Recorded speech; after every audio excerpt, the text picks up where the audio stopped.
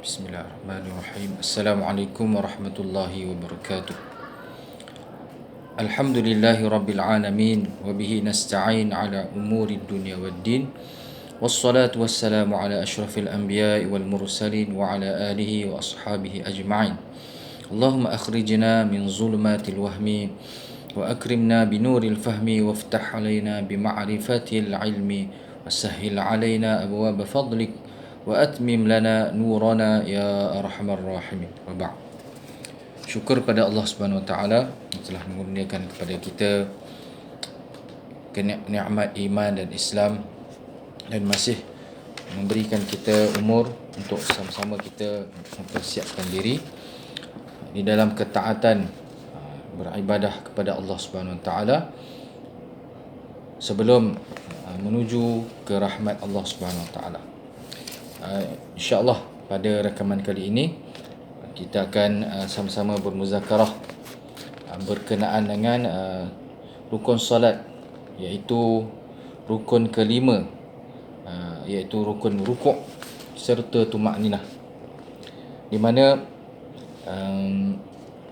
pengajian daripada kitab Matla'ul Badrain wa Majma'ul Bahrain ini biasa akan kita akan bacakan di Surau Asy-Syakirin, Taman Lajnah Suria, dan insya-Allah kita berdoa mudah-mudahan kita akan dikembalikan, masjid-masjid kita akan kembali dibuka, surau akan kembali dibuka, khususnya di negeri Selangor ini, dengan rahmat daripada Allah SWT.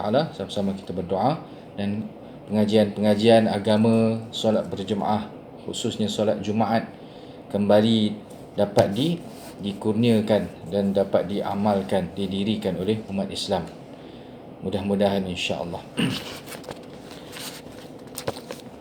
Rukun kelima, qala al-musannifu rahimahullah ta'ala, rukun kelima rukuk serta tumakninah, iaitu mengikut kiraan rukun solat yang di dalam rukuk dikira sekali dengan tumakninah, dikira satu rukun. Begitu juga nanti i'tidal serta tumakninah, sujud serta tumakninah. Maka kiraan itu dikira sekali lah, tumakninah tidak dikira asing dengan rukuk. Sekurang-kurang rukuk ialah menundukkan kepala sekira-kira, iaitu sekadar dapat meletakkan oleh orang yang pertengahan, yakni sederhana, ataupun orang yang mu'tadil, orang yang sihat lah, orang yang tidak uzur. Kejadian ataupun keadaan akan kedua-dua tapak tangannya di atas lutut. Jadi sekurang-kurang rukuk ini bagi orang yang sihat ialah kedua-dua tapak tangan, tapak tangan dan jari, tapak tangan ni sekali jari, dah sampai kepada memegang lutut, kepala ditundukkan sampai memegang lutut. Jadi itu sekurang-kurang kadar ataupun rupa rukuk. Jadi mungkin saya boleh tunjukkan sedikit.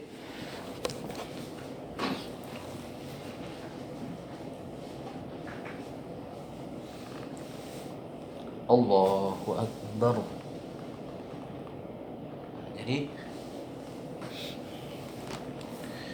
kepala dah ditundukkan, maknanya badan lah yang ditundukkan, dan keadaan belakang badan kita itu lurus dengan kemampuan yang ada. Jadi memang seperti mana kata pengarang, mengikut orang yang sederhana, orang yang sihat. Ada juga untuk orang yang uzur, maka mungkin jika orang yang memang tidak boleh berdiri, maka memanglah duduk. Contohnya orang yang duduk, sama ada duduk di atas kerusi ataupun duduk di bawah, maka rupa kejadian ataupun rupa rukuknya ialah dengan cara dia tunduk sedikit kepala, dan untuk sujud lebih lagi tunduk, berbeza dengan sujud lah.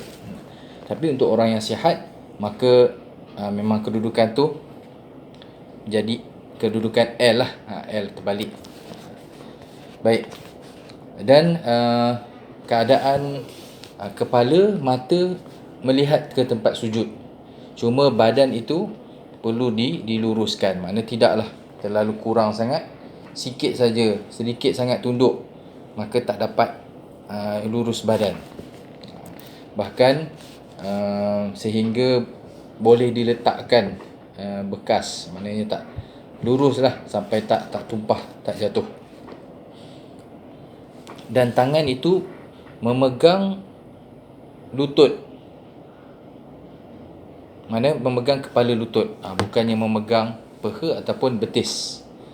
Cuma dalam keadaan uzur, mungkin ada orang dia boleh berdiri, tapi untuk rukuk tu dia tidak dapat rukuk dengan rupa yang sama dengan orang yang sihat. Mungkin ikut kemampuan dia lah, sekadar mana yang dia boleh tunduk. Tangan dah diturunkan, cuba memegang lutut, tapi kalau tidak sampai, mana sekadar yang sampai. Dan ada keadaan kepada orang yang kelainan upaya, mungkin yang tidak ada tangan. Jadi masa itu, contohnya orang yang dia tidak ada tangan bermula daripada siku, hanya ada di siku. Jadi kalau ada sebelah tangan, mungkin sebelah lagi memegang lutut, sebelah tak pegang lah. Dan kalau kata tidak ada kedua-dua belah tangan, maka orang yang tidak ada kedua-dua belah tangan, yang berbeza keupayaan dengan orang biasa ni, maka dia akan rukuk, tundukkan kepala, dan kadar tangan itu adalah mengikut kadar yang sama dengan orang yang ada tangan. Maka dia tundukkan badan lah, dia tundukkan badan sekadar sama rupa, sama kedudukan dengan orang biasa, orang normal yang rukuk. Dan itulah yang dikira, itu keadaan itu dikira rukuk yang sempurna lah bagi orang yang tidak ada tangan. Walaupun dia tak pegang rukuk, dia tak pegang lutut macam orang biasa, tapi insya-Allah ada ganjaran pahala yang sempurna untuk mereka ini, insya-Allah. Dan juga yang penting, antara yang penting di dalam rukuk ini, seperti mana di dalam rukun-rukun yang lain seperti i'tidal, sujud dan duduk antara dua sujud, adanya tumakninah, iaitu kadar masa berapa lama seseorang itu perlu diam, perlu berhenti semasa rukuk. Maknanya bila dah sampai semua anggota pada tempatnya, tangan dah sampai di kepala lutut, badan dah di kepala ditundukkan, badan dah bongkok sehingga telah pun melihat tempat sujud, maka sampai di tempatnya lah.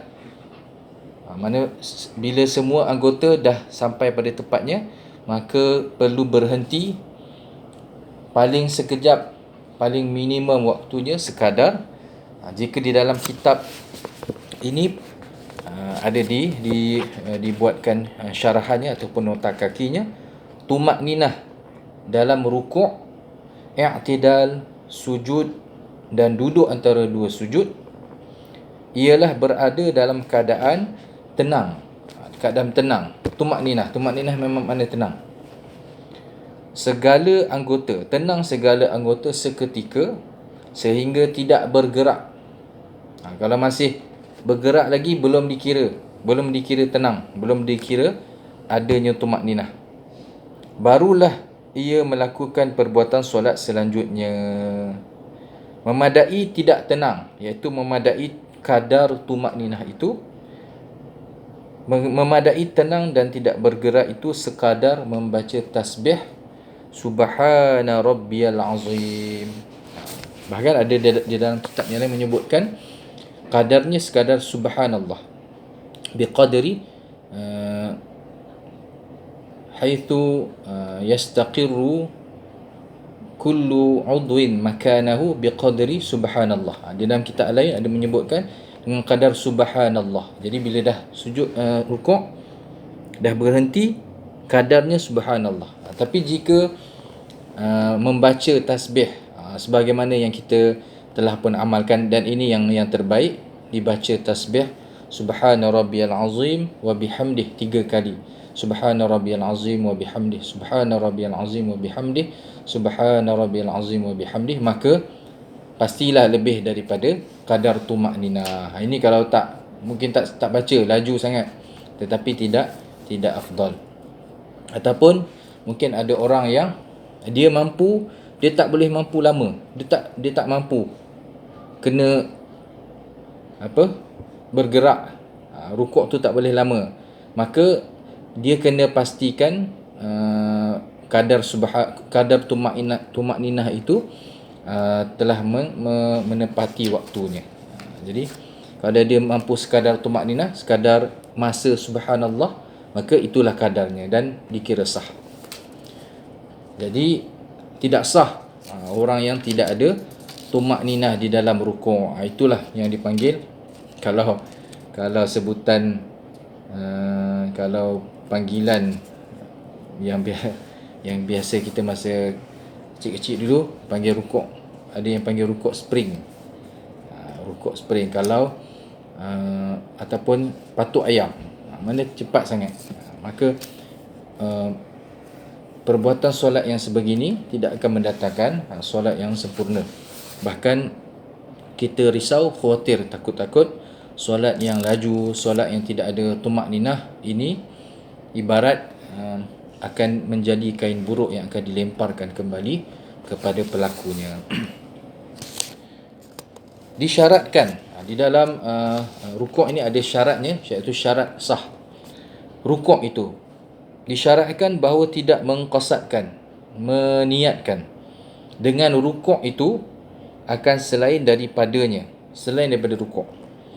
Maka jika diniatkan untuk sujud tilawah kerana membaca ayat sajdah, kemudian apabila sampai had rukuk, ia membatalkan niat untuk sujud tilawah, dan ia dijadikan rukuk itu sebagai rukuk sembahyang, tidaklah diakui. Jawapannya, kalau buat macam tu, tidaklah diakui sebagai rukuk. Sebaliknya, wajib ia qiyam, berdiri balik, dan rukuk semula sebagai rukuk rukun solah. Jadi untuk sebenar pergerakan dalam sembahyang ini daripada satu rukun ke satu rukun, yang contoh pertama ialah daripada qiyam, berdiri setelah selesai membaca Al-Fatihah ataupun Al-Fatihah dan surah, maka daripada berdiri bergerak ke rukuk itu qasad, perlu ada qasad ataupun niat memang nak rukuk, bukan untuk selain rukuk rukun. Contoh yang dibawa di dalam kitab ini, contoh jika seseorang itu membaca ayat yang disunatkan, ayat sajdah, ayat sujud tilawah. Contohnya kalau sembahyang subuh baca surah As-Sajdah, Alif Lam Mim Sajdah, sampai wahum la yasjudun, maka disyariatkan untuk sujud tilawah. Jadi orang yang baca tu, jika dia mula bergerak, sebenarnya bergerak tu nak turun untuk sujud tilawah, tapi apabila dia dalam mula bergerak tu, tiba-tiba dia berhenti masa dah sampai kadar rukuk tu, dia terus tiba-tiba berhenti, dan dia jadikan itu sebagai rukuk rakaat yang pertama, rukuk rukun dia panggil. Maka rukuk itu tak dikira, sebab asalnya dia berniat nak turun sujud tilawah, tapi dia telah tukar, ataupun bukan tukar, dah sampai had, dah sampai paras rukuk tu, tiba-tiba dia buat jadi rukuk biasa pula, rukuk rukun lah. Maka tak sah, kena kembali balik qiyam, kemudian rukuk balik, rukuk dengan niat untuk memang rukuk. Ataupun contoh yang lain di luar daripada contoh yang ada ini, selain daripada ini, mungkin dia nak rukuk itu kerana tiba-tiba sakit badan, maka dia, kalau dia buat tunduk macam rukuk tu, hilang sakit.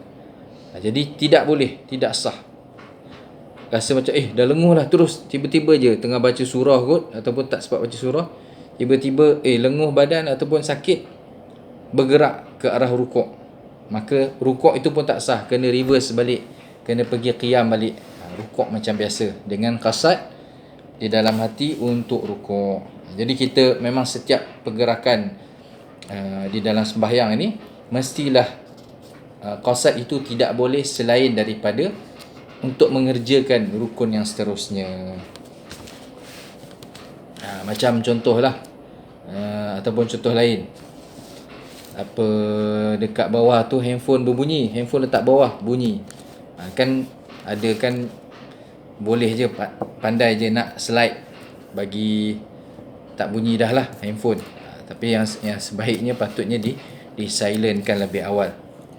Jadi kalau daripada rukuk turun ke sujud itu berniat, ada niat untuk tutup handphone yang sedang berbunyi, maka rukuk itu, sujud itu tidak sah, kena kembali balik kepada rukuk, kemudian turun dengan niat semata-mata untuk sujud, ataupun kena buangkan niat untuk perbuatan lain, jawab handphone dan sebagainya. Dan juga di dalam rukuk ini, bacaan subhanallahi wa bihamdih, subhanallahi wa bihamdih, subhanallahil azim wa bihamdih, subhanallahil azim wa bihamdih, subhanallahil azim wa bihamdih, yang bermaksud subhana rabbiyal azim, maha suci Tuhanku yang maha agung, dan maha suci dan segala puji untuknya, untuk hanya bagi Allah Subhanahu Wa Taala, untuk Tuhanku, mempunyai kandungan ataupun isi makna yang sangat besar nilainya, dan sangat besar pahalanya di sisi Allah Subhanahu Wa Taala. Bahkan antara bacaan zikir, yang sangat besar ganjarannya ialah subhana rabbiyal azim wa bihamdih, subhana rabbiyal azim wa bihamdih, subhana rabbiyal azim wa bihamdih. Jadi selayaknya lah kita di dalam rukuk, kita cukupkan bacaan ini paling kurang 3. Walaupun tak baca pun sah, sekadar tumakninah saja, kadar subhanallah saja. Tetapi di dalam kitab ini dibawakan kadar tumakninah subhanallah, subhana rabbiyal azim. Ada juga maknanya ada dua-dualah riwayat. Ada di dalam mazhab Syafi'i, di dalam kitab-kitab mazhab Syafi'i, bacaannya subhana rabbiyal azim wa bihamdih dengan wa bihamdih. Ada juga di dalam riwayat lain selain daripada mazhab Syafi'i dengan bacaan hanya dengan subhana rabbiyal azim. Baik. Maka dengan ganjaran yang begitu besar, dengan tasbih yang begitu agung, sepatutnya lah kita di dalam solat menyempurnakan zikir di dalam rukuk ini dengan bacaan subhana rabbiyal azim wa bihamdih. Kemudian subhana rabbiyal azim wa bihamdih, subhana rabbiyal azim wa bihamdih.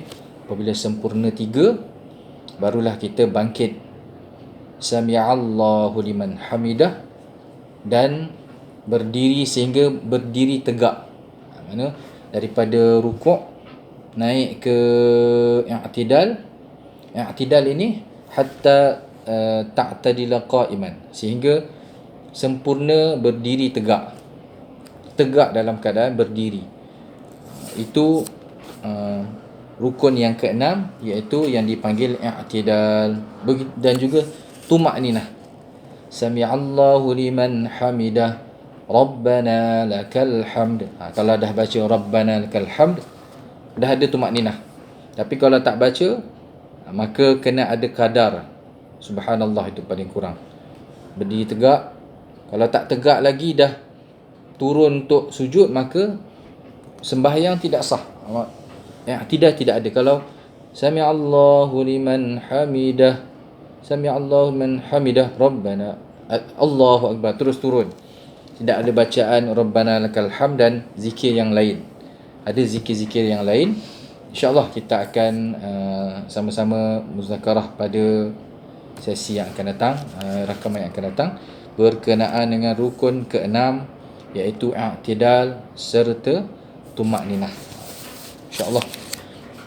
Sehingga setakat ini sahaja pada kali ini berkenaan dengan rukun kelima, iaitu rukuk. Allah Subhanahu Wa Taala berfirman di dalam Al-Quran, a'udzubillahi minasyaitonir rajim, wasta'inu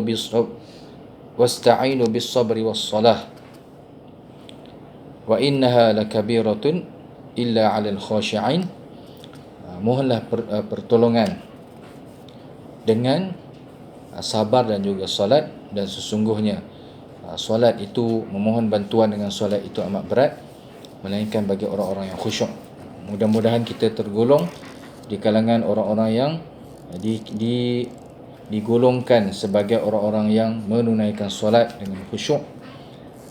Sama-samalah kita berdoa kepada Allah, kita berdoa, bermunajat kepada Allah agar dihilangkan segala wabak, dihilangkan segala ujian yang melanda kita ini, sehingga kita kembali dapat menunaikan solat secara berjemaah di surau, di masjid, di rumah-rumah Allah SWT, sehingga masjid dan surau kembali diemarahkan, dan juga solat Jumaat kembali kita dapat tunaikan. Orang-orang lelaki yang telah pun akil balik dapat kembali menunaikan solat Jumaat yang kita diuji pada waktu ini tidak dapat menunaikannya dengan sempurna, ataupun ramai yang tidak dapat. Dan kita kena ada rasa resah, gelisah, kita kena ada risau lah, dan kita jangan sampai rasa tak apalah dulu tak semayang, walaupun dah lama dah tak semayang Jumaat. Dan jika ada peluang, kita ambil peluang untuk tunaikan solat Jumaat di tempat yang ada lah, jika tidak ada apa-apa masalah, insya-Allah. Wallahu a'lam, wabillahi taufiq wal hidayah. Assalamualaikum warahmatullahi wabarakatuh.